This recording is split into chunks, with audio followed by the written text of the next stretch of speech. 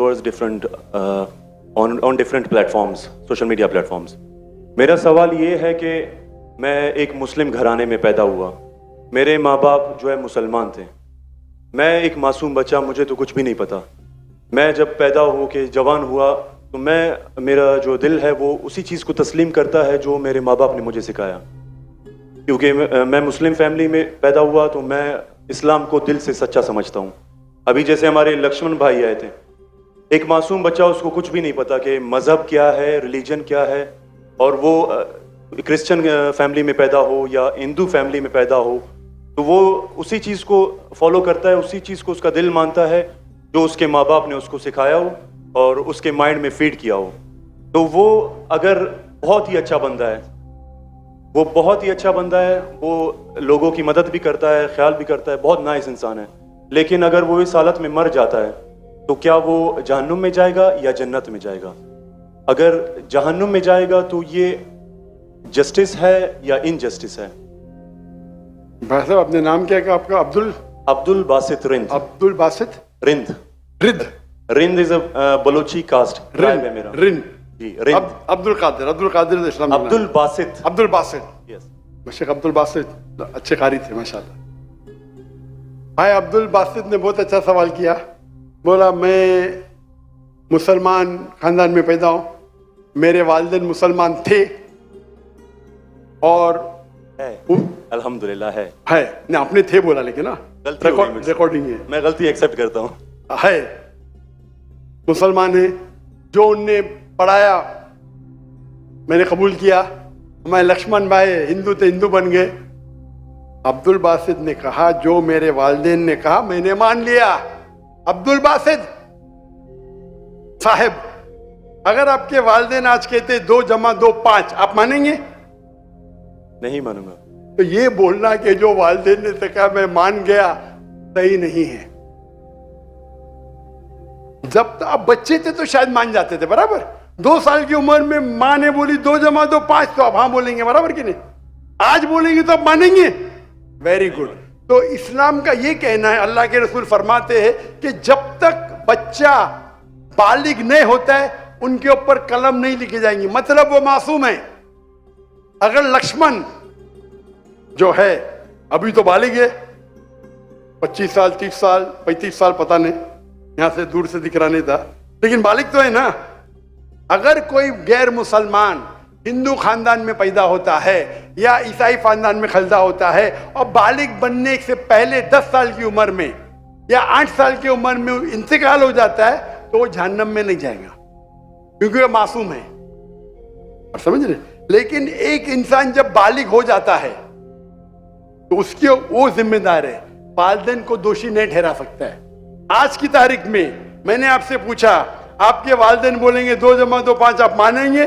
آپ نے کہا نہیں. اس کا مطلب آج آپ کی والد آپ کے والدہ اگر کوئی غلط کہیں گے, آپ کے پاس ہوش و حواس آیا, آپ اس کو کچھ بات میں بھی آپ مان لیں گے غلط چیز کو, لیکن اکثر غلط چیز کو نہیں مانیں گے. آپ اپنی والد سے محبت کرتے, والدین سے محبت کرتے, اس کا مطلب نہیں کہ آپ خلاف ہیں ان کے, لیکن ابھی آپ بالغ بن گئے, سمجھے گا؟ تو یہ بولنا کہ کیونکہ والدین, قرآن کی آیت ہے, یہ کافر یہ نہیں کہہ سکیں گے کہ ان کے والدین کافر تھے, یہ کافی نہیں ہیں, قرآن کی آیت ہے. تو اس کا مطلب اگر بچپن میں کوئی بچے کا انتقال ہو جاتا ہے, چاہے وہ مسلم خاندان سے غیر مسلم خاندان سے, اگر بالغ نہیں ہوتا ہے تو قلم ان پہ نہیں چلتی ہے, وہ جہنم میں نہیں جائیں گے. صاف ہے؟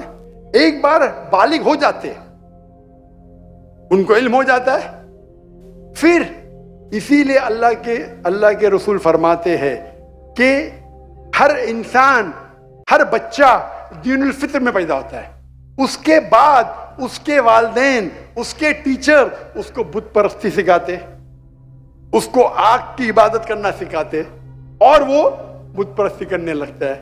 بچہ ہے تو معاف ہو جائے گا, بالغ ہو جاتا ہے اس کے بعد سمجھ آ جاتی ہے تو وہ ذمہ دار ہے.